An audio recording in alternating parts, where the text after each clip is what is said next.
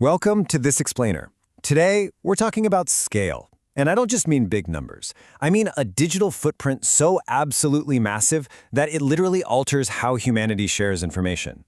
We're looking at one of the most pervasive digital forces on the planet. And more importantly, finding out exactly where that massive reach finally hits a brick wall.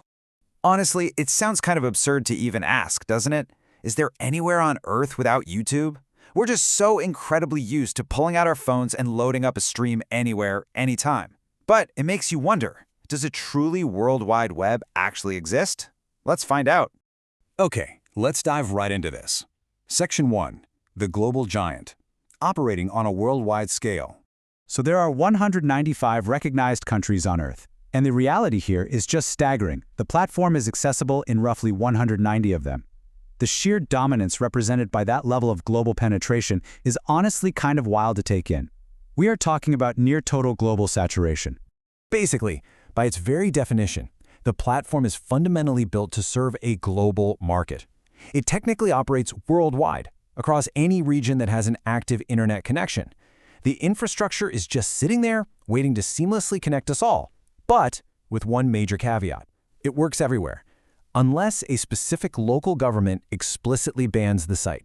190. I mean, really think about that for a second. Spanning oceans, continents, time zones, you've got 190 different nations all plugging into the exact same platform. It's this incredibly expansive network connecting billions of people. It basically acts like a shared, giant digital library for almost the entire human race. Moving on to Section 2, tailoring the local experience, making the global feel native. So how does a global behemoth like this actually make the experience feel, personal? Well, the answer is aggressive localization. The platform operates uniquely tailored native homepages for over 100 specific countries. When you log in, it doesn't feel like some distant foreign import, right? It feels incredibly local. It feels like your very own digital neighborhood on the internet. And get this, they do this localization across 80 different languages. 80! Think about the last time you opened up your homepage. It was beautifully curated for you, in your language, highlighting all your specific region's trends. Now step back and realize that the platform is doing that exact same intense tailoring simultaneously, literally right this second, in 80 distinct languages all around the globe. It's a massive operation. And this brilliantly illustrates our next point in Section 3, the premium footprint, the ad-free reach. You see, we can't really grasp their full footprint without looking at the paid ad-free tier, YouTube Premium and Music. This represents a completely different, highly targeted layer of their global strategy. It shifts the dynamic away from the open web to a monetized, premium product experience. Now, while it's slightly smaller than those 190 accessible countries we talked about, the premium footprint is still absolutely massive.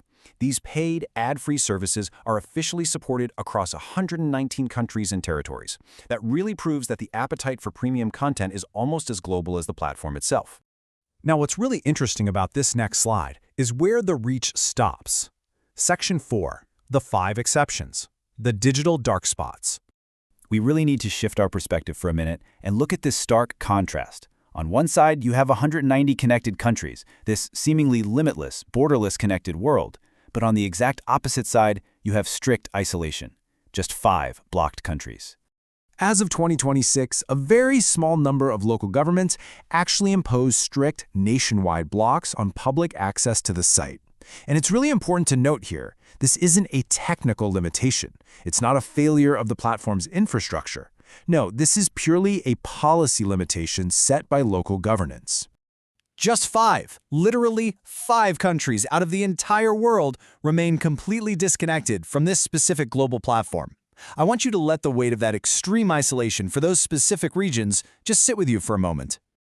Those 5 local governments with strict public access blocks are China, though notably this actually excludes Hong Kong and Macau, which do maintain access, North Korea, Iran, Turkmenistan, and Eritrea.